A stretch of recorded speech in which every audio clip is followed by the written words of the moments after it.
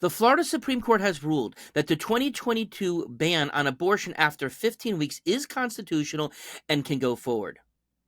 Also, this is superseded by the 2023 law that actually bans it at 6 weeks. The Supreme Court further did rule that abortion will be on the ballot in November as a constitutional amendment initiative. So ultimately, it will be up to the voters. Let's talk about it. Hey everybody, it's Dr. David. I'm a board-certified pediatrician in Tampa. I've frequently worked on issues related to medical freedom and choice, and this, of course, includes reproductive choice, a woman's right to choose what to do with her own body. Okay.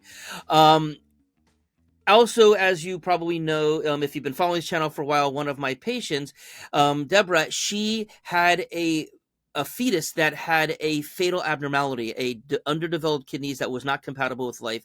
And because this wasn't determined until after Florida's current law is in effect, she was actually not allowed to get an abortion and had to suffer through watching her newborn baby die a few hours after birth. And that was totally predictable. And she could have been prevented of going through all of that trauma, which she still deals with, if she would have been allowed to do what she felt was the right thing for her body. Now, today we're going to actually be talking about two different Supreme Court rulings that are both going to be impacting women's reproductive rights. First of all, the 15-week ban was found to be constitutional. Now, let's have a little summary of how we got here. So, by the allowing of the 15 weeks, but it was put on hold because there was a lawsuit saying that this was a non-constitutional law because of the impacting on freedom of rights from healthcare issues. Again, the Supreme Court said that isn't so. But as I said, it allows the 2023 law that is a almost near total ban, which is because it's 6 weeks, to also go into, and that supersedes the 2022 law.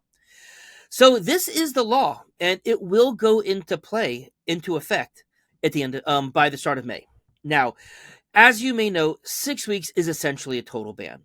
Why? Because most people do not know that they are pregnant at 6 weeks. That means you missed one period. Okay, so way before they would have an opportunity to go ahead and check to know that they were pregnant, it's too late. So it's really a near total ban.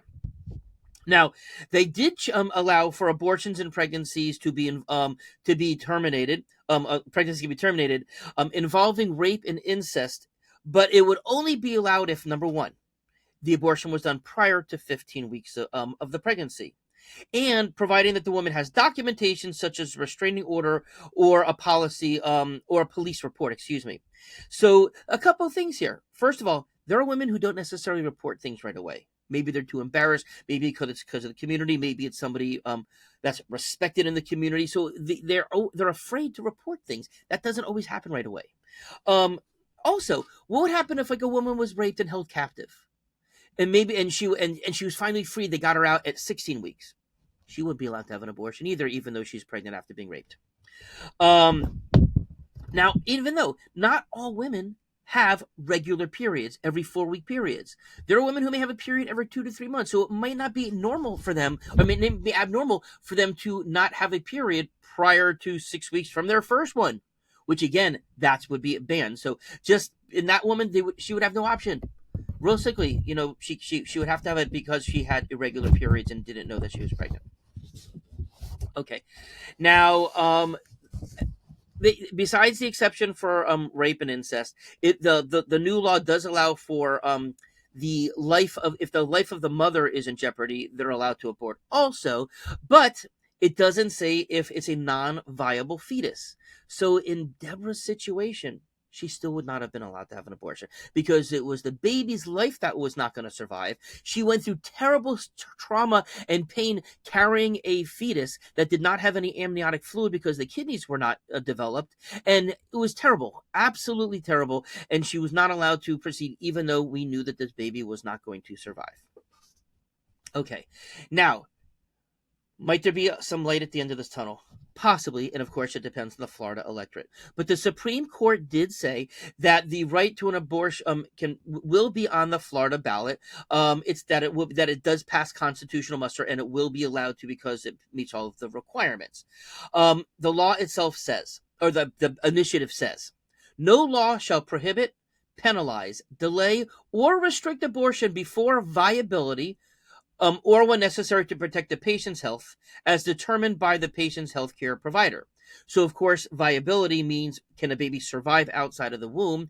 To protect the patient's health, that means a patient such as Deborah, even if it was after the age of viability, but it was going to be a fatal outcome, would also be allowed to terminate that pregnancy.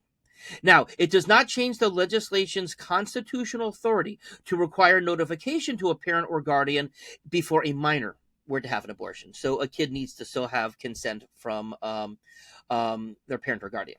Now, my take on all this. As I've said before, I understand where the root argument comes from most people who are anti-abortion, and that it typically goes from a religious perspective. It's usually on religious grounds, and I understand that.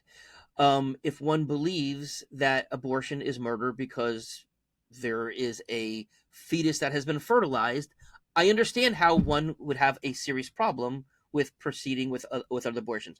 And of course, one could take an approach and just don't do it for yourself, right? Talk about it, tell people why you think it is the wrong thing to do, but where does it cross the line to affecting another person's life? And I think that that's a fair question. That's really what this ballot initiative is going to be all about, okay? But also, let's remember, many people, including many Christians, but of course in the Jewish faith, in the Muslim faith, and many people who don't follow religion, they don't subscribe to the belief that life begins at conception. So that's what how the laws are really being based on.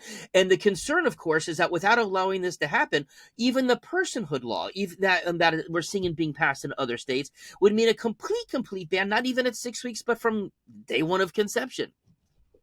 So again, the question is really, does a woman have autonomy over her own life, over her own body? Okay.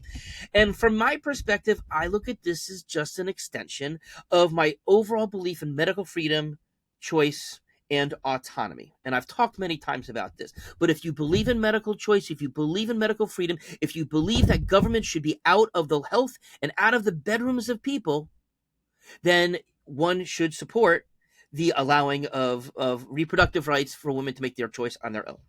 Okay. Now, 60% is needed for this to pass. Okay. And the numbers are close right now. And of course, as this comes forth, and now that this has become, more people have become aware of it. And so obviously on both sides of this argument. So this is going to be a very, very big issue for the upcoming election, which could realistically impact other parts of the election. Because obviously the people who are elected in are the people who are going to be enforcing these types of laws or writing new laws.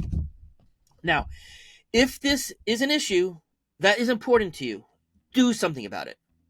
Vote. The most important, most powerful thing that you can do is vote.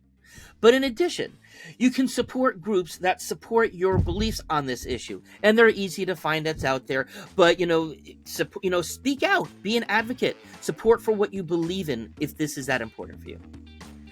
Anyways, I know that there's going to be a lot going on between now and November about this, and hope you have a good day.